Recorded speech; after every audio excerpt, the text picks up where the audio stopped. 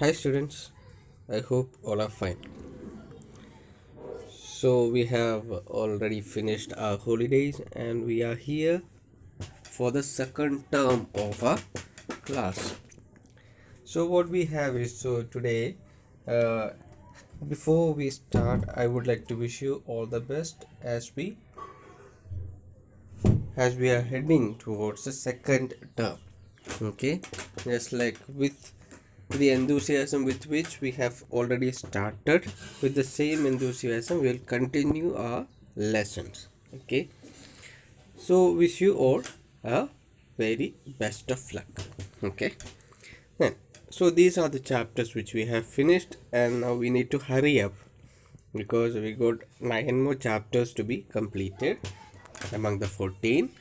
Okay, so we have finished only 5 of them, so we need to hurry up and we shall see, or we will finish the chapters as early as possible so that we'll have much time for a revision. Okay, so these are the chapters which we have finished and we have some more chapters to be completed. Okay, these are the 9 chapters that we need to be that needs to be completed. Okay, so there is one supplementary and also some prose chapters and also poems. Okay, so we will complete it just to go through this, and so that when we take the lessons you will not be any aliens to it. Okay, you will know, okay, we have already seen a kind of introduction for these chapters, isn't it? Okay, so having said that, we shall enter into the first one, that is the wonderful words. Okay, it is a poem. It is about what is it about? Okay, if you see the picture, you can understand there are so many words, isn't it? There are so many words which are, if you just go through their values, isn't it? Their values or their qualities, good qualities, isn't it? We have respect, integrity, peace, kindness, tolerance. So all those are values, all those are wonderful words. But this poem doesn't have anything to do with these words. Okay, let me just put it clearly. This poem, that is the wonderful words written by Mary ONeal, it doesn't have anything to do with these words. But what does it have? Mary ONeal, she says, okay, words, especially in English, she speaks about the language English, okay, throughout this poem. Okay, she says English is a wonderful language. English is a wonderful language and there are so many wonderful words. But what you need to do is you need to just match your thought with the words which are already there. Okay, so you think of something, so what you need to do, you need to express it, isn't it? So how do you express? You just match the words, the wonderful words which are already there in English. Okay, so that is the background of this poem. I hope it is clear.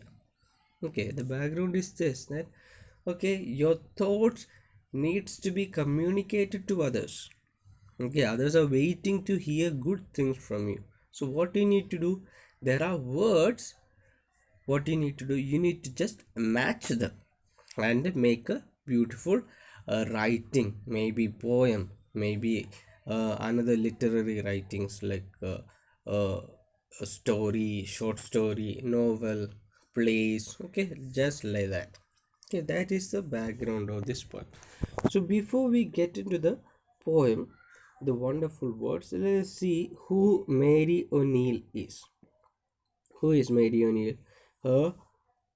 Her whole name is Mary Davenport O'Neill. Okay, she was an Irish poet and also a dramatist, and she had many friends. Many friends, all are very prolific writers like W.B. Yeats, Russell, and Austin Clarke. All those are very good writers. Okay, So she was born in Logaria country, Galway in Ireland. Okay, that's why she is an Irish poet, and she was a student in a convent, a Dominican convent, and she studied uh, teaching at the Metropolitan College of Art. Okay, and she also published so many plays like Bluebeard, Cain, and Out of the Darkness, and so on.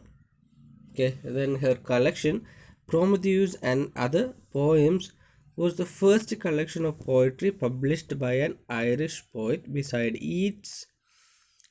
Yeats, which could be considered modernist. Okay, and she is one of a small number of known early 20th century Irish modernist women poets. Okay, so that is importance that she acquired in the history, or she holds in the history of Irish poets. Okay, she was one of the well-known modernist women poets of Ireland of 20th century. Okay, so uh, she is a as you know, she is such a prolific writer. That's why everyone considered him as a modern poet, isn't it? So let us get into the poem. I have already told you what exactly the poem is.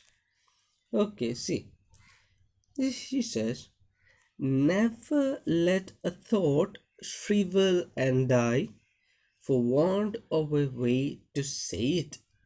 For English is a wonderful game and all of you can play it. Okay, so as I said, she speaks about the language English. Okay, she says, okay, if you have a thought, you should never allow that thought to die. Okay, because you have to express it. You may have the desire, but sometimes you may not feel like expressing it, but you need to express, because English is a wonderful game. Okay, wonderful game of words, and everybody can play it. Okay, everybody can play it. So she considers the language English as a wonderful game with so many wonderful words. So why does she say that? We'll see in the next stanza. All that you do is match the words to the brightest thoughts in your head, so that they come out clear and true and handsomely groomed and fed. For many of the loveliest things have never yet been said. Okay, why does she say this? Because she says, okay, what you have to do is you just match the words. Okay, match the words with the thoughts of your head, or thoughts in your head, so that your thoughts will transform themselves as words, and they come out crystal clear and very polished. So that she says, okay, the words which you express, which you match, only will come out of your head, so that others can see, or others can hear what your thoughts are. And she said, even after that, there are so many loveliest things in the world, it has never yet been said. Okay, means to say it is limited. Your thoughts, we cannot express our thoughts fully. Okay, that is what she means by this, because she says, okay, many of the lovely things are not yet been said. Yeah, there are words, but what you need to do, you need to connect, you need to match your thoughts with proper words. So that is a game in English which you can play. Then she says, words are the food and dress of thought. They give it its body and swing, and everyone's longing today to hear some fresh and beautiful thing. Okay, she says, all right, words are the food and dress of thought, isn't it? Words are the food and dress of thought. They give it its body and swing. Okay, words give body to thoughts, isn't it? See, if you think something, think something, nobody will be able to know what we are thinking. But if we just express our thought through words, then others will be able to understand what we had been thinking. So that's why she says, okay, words are the food and dress of thought, and words give body to the thoughts. And she says, everyone in the world is longing, is yearning to hear some beautiful things from others. Everyone is longing to hear some beautiful things from others. But only words can free a thought from its prison behind your eyes. Maybe your mind is holding now a marvelous new surprise. Okay, so she says, words, sorry, thoughts are in the mind is holding thoughts. It is in a kind of prison. Okay, thoughts are in a kind of prison, but once you give word, once you match our thoughts with words, thoughts get freedom and they come out, and they can be a marvelous new surprise to the world. Okay, your mind may be holding your thoughts, but if you give words, if you match words with your thoughts, then those thoughts get freedom, and others will be able to hear. And also, maybe others may be hearing this thing for maybe for the first time in their life. Maybe it may be a marvelous new surprise to everyone who hears. So she says, we should not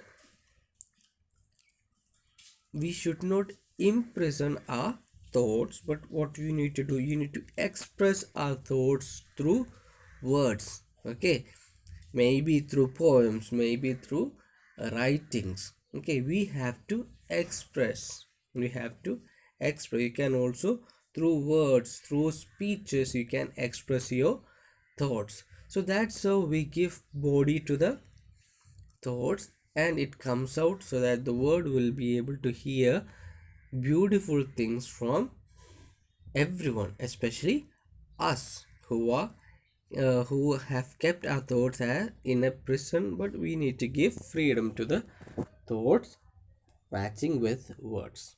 Okay, so this is a simple poem which I hope you have understood. So if you have not understood, don't worry, during the live session we will take it up again. So now what we need to do is, we have a small worksheet. It is with regard to the vocabulary only. So I have given the meanings. Okay, so these meanings are taken from the context, the text itself, this poem itself. So what you need to just go through these meanings and understand or write the words which are used in the poem for these meanings. Okay, so find out the words from the meanings in the context of the poem with the help of the dictionary. There are 6 of them. Okay, so with the help of the dictionary, or if you just go through the poem, you will understand. So I hope today's class is clear to you. Thank you and bye.